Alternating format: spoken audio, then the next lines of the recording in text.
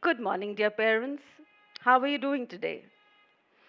So, in the last couple of days, we've been talking about emotional intelligence, how it's so important for our children to develop emotional intelligence, and how it's that crucial differentiator for them to thrive in this new reality. So today we are going to take it a step further by using a process which I called as the remote control emotional intelligence. So which simply it's a very simple process. It's we use this remote control to really go over the process so that we can understand it carefully. And now when we look at this remote control, it has this power button.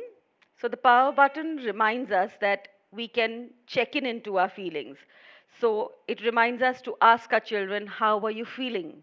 So it is tuning into their feelings by asking them, how are you feeling? I'm just going to introduce a little bit of coaching here also, because as a coach, that's something, reflective questions come naturally. And I would invite you as parents to be using that coaching, curious approach with your children. So ask them how they are feeling. And if they are not that forthcoming, you can ask them, what else are you feeling, and probe further. So that's about tuning in. That's the power button. Sometimes you may need to ask them to rewind. So this is the rewind button. Rewind simply means to ask them, okay, take a step back or two. Let's take a step back or two and notice, where are these feelings coming from? So again, you're asking a curious question without judgment. And you're asking them as to, is it because you had a fight with your friend that you're feeling this way? Or what is it that is making you feel this way? So it is noticing the trigger behind what has really happened. So it allows your child to develop that uh, curiosity as well as that whole intelligence to go deeper, because at certain times when they are on their own, they may be in a position to decode and demystify what they are feeling without getting overwhelmed about it. So that's about rewind. The third is about zooming in. So we have a zoom button out here. Zooming in simply means when we go right deeper, when we dig deeper into what is happening, which means like taking in a whole magnified view of what we are talking about, and which would probably ask questions more related to the experience that they're having around it. For instance, we can ask a child, how are you feeling in your body around this?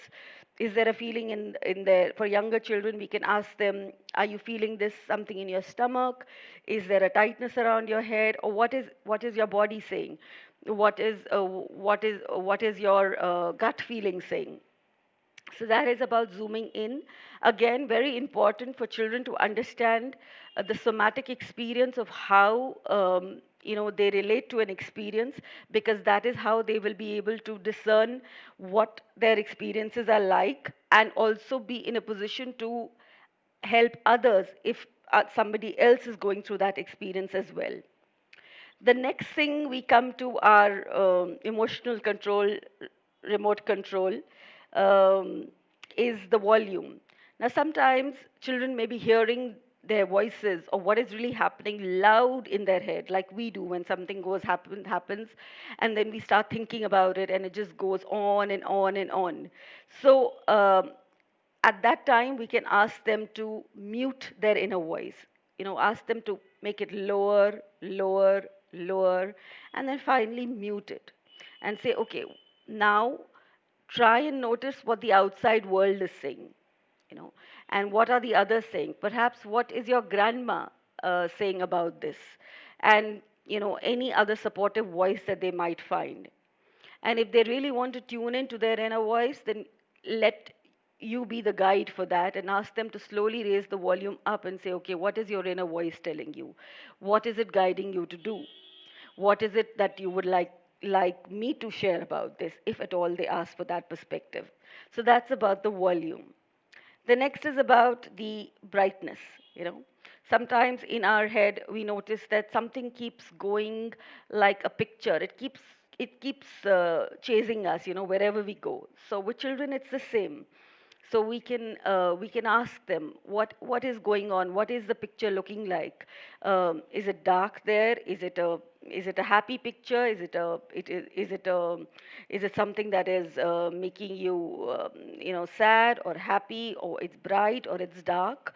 And accordingly they can adjust the pictures. We can actually ask them that, okay, you have that remote control, and we can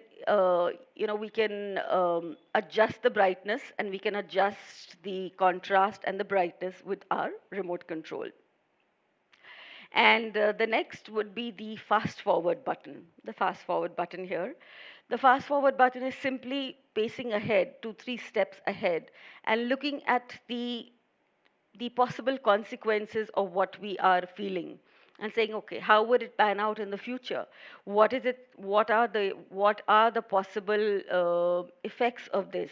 And when we stand from there, we ask the child to be like the bug on the wall, and to take a neutral perspective and say, okay, what does it seem like to you? What would this be like if you look at it from there? So they are able to develop their thinking abilities, be able to think for themselves when they do this exercise. And they are also able to develop an ability to hold on to a thought process, and to think that, okay, what is a decision they may like to take upon that. And we also have some handy buttons, which are, of course, a very, very handy button, which is called pause. Something extremely useful, and something which comes in very handy, because we may not have the time always to go through the entire process of this remote control emotional intelligence, but we can definitely use the pause button. If you find your child very overwhelmed, or very worried or concerned about something, we can simply pick up a remote control and say, okay, guys, time to pause. And how do we do that? We do that with two very simple steps. We say, okay, we press the pause button, and we manually do it. And we say, okay, let's take a deep breath and count backwards from 5 to 1. So you take a deep breath and count backwards: 5, 4, 3, 2, 1. What has this managed to do? This has managed to relax what we called shared what I shared 2 days back was the limbic system, the limbic brain, and it has managed to soothe it down, it has managed to calm it down, and has told the brain that it must start thinking from the PFC, from the prefrontal cortex. Now, the prefrontal cortex, we know, is the rational decision making center of the brain. So for the brain to count backwards, it needs to come back to its decision making and its rational part of it, because it's not a it's not something we do every day. So it has to come to the thinking part of the brain, which is this. So with this very simple exercise, we are managing to convert the child's behavior or the response from the limbic emotional center to the PFC. Yeah. So this is, and finally, of course, we can press the stop button.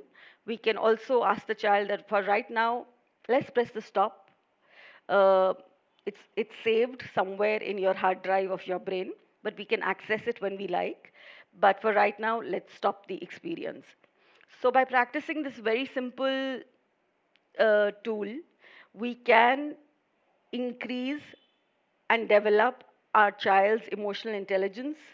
It can be practiced as often as we like. We can do it for ourselves, for our friends, and gain the versatility and the agility that emotional intelligence allows us to.